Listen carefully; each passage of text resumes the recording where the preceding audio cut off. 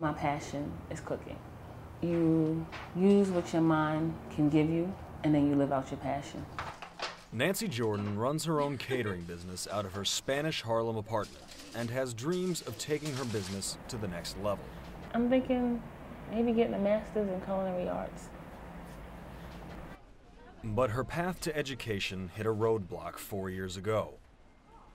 He grabbed me by my throat, and I remember grabbing box cutter and trying to cut him, and then I blacked out. After a domestic dispute with her boyfriend, Nancy was arrested and charged with aggravated assault and attempted arson. She spent 3 years in prison. Since then, continuing her education has not been easy. Get to prison, can't pay your student loans. But when you come home, your loans are in default. Nancy's outstanding student debt must be paid before she can take out any new loans. It's now her biggest obstacle in returning to school. Everything that you want up there, you have to keep building up here, but something always gives way. Like Nancy, many formerly incarcerated women often feel education after prison is always just out of reach. When I came home, I thought immediately I want to continue my education. So I figured, okay, this is a perfect time to get back into school. But it was difficult. There's other barriers. There's other things that we have to sort of put in place. And so sometimes we think education would be perfect, and then we can get the perfect job, and then everything else will start to fall in place. But then you have to realize that there are those other things. Finding employment, getting an apartment, reconnecting with family, and getting that support system so that we don't return to prison. Support like that is essential, but it is rare. Vivian Nixon heads the Community College Fellowship, the only education program in the city for women out of prison.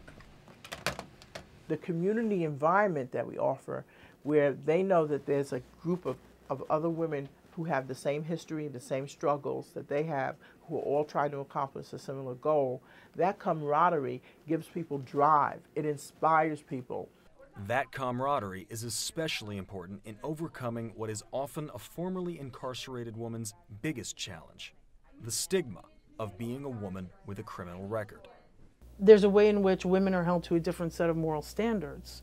And so traditionally, the societal mainstream reaction against women who engage in crime is that they must be more monsters than men who engage in crime. Sure, we should be ashamed of it. You know, it's something we did, it's something that we're not proud of. It's something if we could change, we would. But, you know, it's still part of who we are, and we're the person that we are today because of that experience. And we bring something different because of that experience. One of the benefits of education for them was also feeling that they were going to be able to give back. And even though there is agreement education can be a second chance for a woman out of prison, there is very little funding to support educational efforts. We've spent a lot of money on building prisons. We've spent an enormous amount of money on the recidivism, on people going back and in and out and in and out. It's an enormous amount of money on parole, right? So, I mean, in the grand scheme of things, I think at minimum, that tide needs to be reversed toward focusing on the provision of public funds for higher education. The reason they don't have quality education programs for the population is because that's not, the money's not out there for it. And while money can make a big difference, ultimately, the biggest hope for change lies in the women themselves.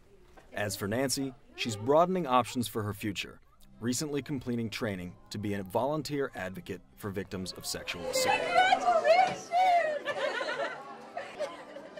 My hope lies in us, formerly incarcerated people who are taking leadership, becoming advocates, and speaking truth to power every chance we get.